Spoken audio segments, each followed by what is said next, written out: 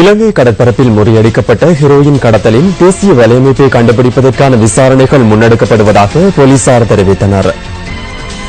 சில மாதங்களுக்கு முன்னர் பாகிஸ்தான் ஊடாக இலங்கைக்கு போதைப்பொருள் கொண்டுவரப்படுவதாக போலீசாருக்கு தகவல் கிடைத்தது.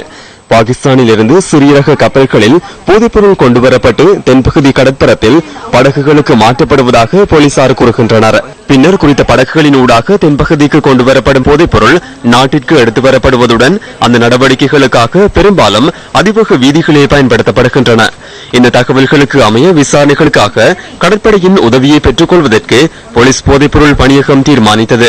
அதன் பிரகாரம் கடற்படையின் பூரண ஒத்துழைப்புடன் கடந்த 30ஆம் தேதி இரவு தென் கடற்பகுதியில் சுற்றிவளைப்பு நடவடிக்கைகள் முன்னெடுக்கப்பட்டன. கடந்த 30ஆம் தேதி இரவு போலீஸ் போதைப்பொருள் பணியகத்தின் உத்தியோகஸ்தர்களினால் தென் கடற்பகுதியில் ஹெரோயின் கைப்பற்றப்பட்டது. 110 கிலோகிராம் ஹெரோயின் போதைப்பொருள் அடங்கிய 100 பொதிகள் கைப்பற்றப்பட்டன.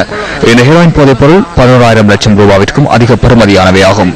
கப்பலில் இருந்த 11 சந்தேக நபர்களை போலீஸ் போதைப்பொருள் ஒழிப்பு பணியகம் கைது செய்துள்ளது. போலீஸ் மத்ரவ்ய காரியாංශයේ අත්අඩංගුවට පත් වුණා. இந்த சந்தேக நபர்கள் 11 பேரில் ஈரானை சேர்ந்த 10 பேரும் பாகிஸ்தான் பிரஜை ஒருவரும் அடங்குகின்றனர். போலீஸ் போதைப்பொருள் ஒழிப்பு பிரிவினரின் பொறுப்பில் சந்தேக நபர்கள் தடுத்து வைக்கப்பட்டுள்ளனர். இந்த கப்பல் ஈரானில் பதிவு செய்யப்பட்டது என போலீசார் கூறுகின்றனர்.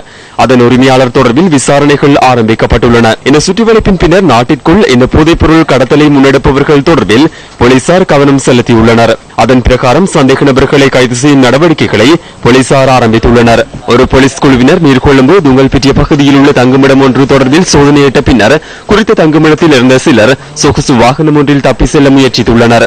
இதன்போது போலீசார் குறித்த வாகனத்தின் சக்கரங்கள் மீது துப்பாக்கி பிரயோகம் மேற்கொண்ட போதிலும் அதில் உள்ளவர்கள் வாகனத்தில் தப்பி சென்றனர். கடுநாயக்க அதிவேக வீதியின் ஜாயல நுழைவாயிலுக்கு அருகில் குறித்த வாகனத்தை பமுருகம போலீசார் கைப்பற்றினர். இங்கு இந்திய பிரஜை ஒருவரும் சிங்கப்பூர் பிரஜை ஒருவரும் போலீசாரால் கைது செய்யப்பட்டனர்.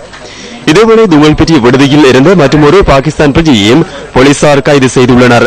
அதன் பிரகாரம் இந்த ஹெரோயின் கடத்தலுடன் தொடர்புடைய 14 சந்தேக நபர்கள் கைது செய்யப்பட்டுள்ளனர்.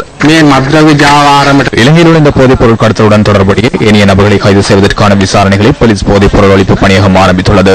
கடற்படை மாத்திரமல்ல விமானப்படையின் ஒத்துழைப்பையும் எதிர்காலத்தில் பெற்றுக்கொள்ள நாம் எண்ணியுள்ளோம். இந்த விசாரணைகளுக்காக சர்வதேச நிறுவனம் ஒன்றுடன் தொடர்பினை ஏற்படுத்த உள்ளோம். වෙනත් විදේශීය ආයතනත් සමග සම්බන්ධ වෙනවා මේ පරීක්ෂණවලදී.